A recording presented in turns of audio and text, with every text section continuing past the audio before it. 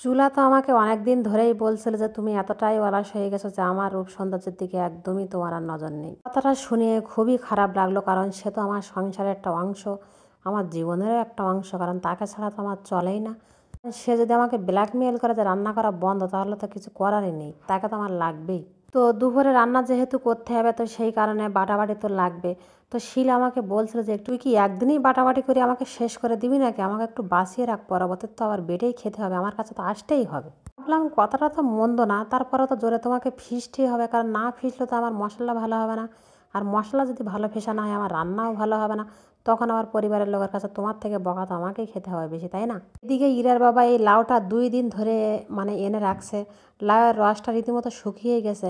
লাউ আমাকে বলছে আর কবে কেটে খাবি আমাকে, এ রস শুকিয়ে গেলে তো সিদ্ধ হবে না, ভালোও লাগবে না, তখন আবার বলবে যত দোষ সর লাউ। একটু ভাবনা চিন্তা করে দেখলাম যে যে লাউ তো কথাটা মন্দ বলেনি, কিন্তু এক কথায় সে তো আমাকে একটু অলসই প্রমাণ করতে চাইলো, কিন্তু না, তুমি তো কখনো এটা পারবে না আমাকে অলস প্রমাণ করতে। লাউ তো আমাকে বলছিল তুই আমাকে সব কেটে নে, না হলে তো দুপুরে কিন্তু সবাই রান্না কুলোবে না আর কি। কিন্তু আমি ভাবলাম না, অত সহজে তো তুমি আমাকে প্রমাণ করতে পারবে না যে আমি সংসারী না। কাটতে কাটতে মনে হলো না, এক সের লাউ আমি রেখে দেয়, কারণ আমি তো আর সংসারী বউ, তাই না? স্বামীর কাছে তো আমার নিজেকে একটু প্রমাণ করতে হবে, জানে একটা লাউ তো আমি আর একদিনই খেয়ে ফেলিনি। দেখো, চিন্তা তো তোমার সংসারের জন্যই করি যা করি। এদিকে ঠ্যাংগুলো আমাকে বলছে যে তুই কষানোর সময় ঠ্যাংগুলো দিলি না, এখন দিচ্ছি লাউয়ের ঘাড়ে এভাবে ঢেলে, আমি কি ভালোভাবে মশলাগুলো ভিতরে নিতে পারবো? ভালো লাগবে না, তখন সব দোষ তুই কী করবি, ঠ্যাঙের ঘাড়ে চাপিয়ে দিবি যে ঠ্যাঙের জন্য তো লাউয়ের তরকারিটা ভালো লাগে না। কারণ আমি জানি তো তুই জীবনেও দোষ নিজের ঘাড়ে নিতে পারিস। তাও বলছে ঝোল তো কমেই এসেছে, আর কখন জিরে মরিচ দিবি, আবার আবার বলবি কোনে যে জিরে মরিচ দেওয়ার জন্য তরকারির ঝোল শুকিয়ে গেছে, দোষ সব তখন আমার ঘাড়ে এসে পড়বে। দেখে হাড়ি আমাকে বলছে দাও ব্যস্ত পানিগুলো দাও গরম করতে, তোমার তো আরও কাজ আছে, তাই না? এদিকে বেলা তো বয়েই যাচ্ছে, রোদ হয়ে যাচ্ছে, কখন আর কাপড় চোপড়গুলো শুকাবে। গামলা আমাকে বলছে রোজ রোজ তোমার এই গরম পানির চাপ আমি আর নিতে পারছি না, কোন দিন আমি ফেটেই যাই। কাপড় চোপড়গুলো বলছে এই যে গরম পানিতে রোজ রোজ এইভাবে দিয়ে আমাদের গায়ে চামড়াগুলো সব উঠিয়েই ফেললে একরকম দিয়ে, ঠিক এমন চটকাচটকি করবে যে আঁকড়া ধরা ময়লাগুলোকেও ছেড়ে দিতে হবে আমাদের। এদিকে রোদ তো আমাকে দেখে হাসি ঠাট্টা তামাশা শুরু করে দিয়েছে যে এই তো এতক্ষণে রোদ ভালোই ছিল, তুই তো এতক্ষণে আসিসনি, এখন যেই বেলা পড়তে গেল সে আসছে কাপড় চোপড়গুলো নেড়ে দিতে, যেই শুকোবে না তখন সব দোষ হবে রোদের, যে যেই আমি কাপড় চোপড় মেরেছি সেই মেঘলা করেছে। কাপড়গুলো কিন্তু টান টান করে একবার রোদে মেলে দিচ্ছি যাতে একবারে শুকিয়ে হাড় হয়ে যায়, ফোঁটা পানিও যেন তার গায়ে না লেগে থাকে।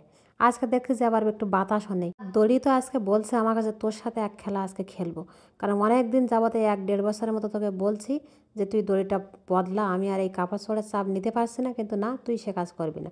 এজন্য তো শাস্তি স্বরূপ আজকে এক কাজ 2বার করাবো আমি, এই কাপড় তোকে 2বারই ধুতে হবে। তো ওখান থেকে শাস্তি টাস্তি পেয়ে এবার চলে আসলাম ঘরের ভিতরে, টেনে টেনে বালিশের কভারগুলো দিক সব খুলে ফেলছি, কারণ বালিশের কভার এতটাই ময়লা হয়েছে যে মনে হচ্ছে যে না, একে টেনে হিঁচড়েই খুলতে হবে, কারণ বালিশের মায়ায় এত পরিমাণ আটকে আছে যে এরপরে মানুষজন দেখলে আমার মান সম্মান নিয়ে টানাটানি পড়ে যায়। খাট তো বলছে আমাকে পরিপাটি করে রাখতে, এদিকে আমার ইরা তো লেগেই গেছে না, তাকে আজকে অগোছালা করে রাখবেই রাখবে, সে তার মায়ের কথা শুনবেই না।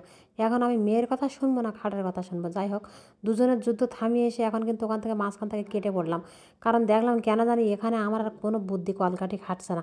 ওর থেকে নিচে গিয়ে ভালোভাবে মেজে দিকে বলছে ঝাড়ু দে, ঝাড়ু দিয়ে ময়লাগুলো পরিষ্কার করে ফেল, আমি একটু জঞ্জাল মুক্ত হই।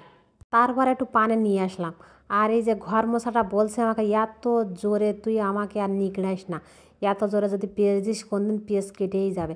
আমার কাছে তো রোজই লাগবে, ব্যবহার তো করতে হবে, একটু রয়েস হয়ে একটু ধৈর্য ধরে ব্যবহার কর, জিনিসটা অনেকদিন টিকে যাবে। আর বাড়িগুলো দিকে মোছামুছি ছাড়তে না ছাড়তে বাসনগুলো আমাকে বলছে দেখ এইভাবে যদি বেশিক্ষণ আমাকে রাখিস, এটা যদি শুকিয়ে যায় তখন কিন্তু তোকে মাজতে আবার বেশি কষ্ট হয়ে যাবে, এজন্য আমি চাচ্ছি যে তোকে একটু কম কষ্ট দিতে। এগুলো আমাকে বলছে একা তো মারছিস তুই পাকার ওপরে বসে বসে, তারপরে কি শক্তি দিয়ে মারছিস, তাও আবার ছাই কি পরিমাণে ধার। আমি ভাবলাম তোর কথাই তো কান দেওয়ার লাভ নেই, কারণ আমার তো প্লেট পরিষ্কার করতে হবে, ঝকঝকা ফকফকা না হলে তো হবে না। ভালো থাকবেন, সুস্থ থাকবেন, আল্লাহ হাফেজ।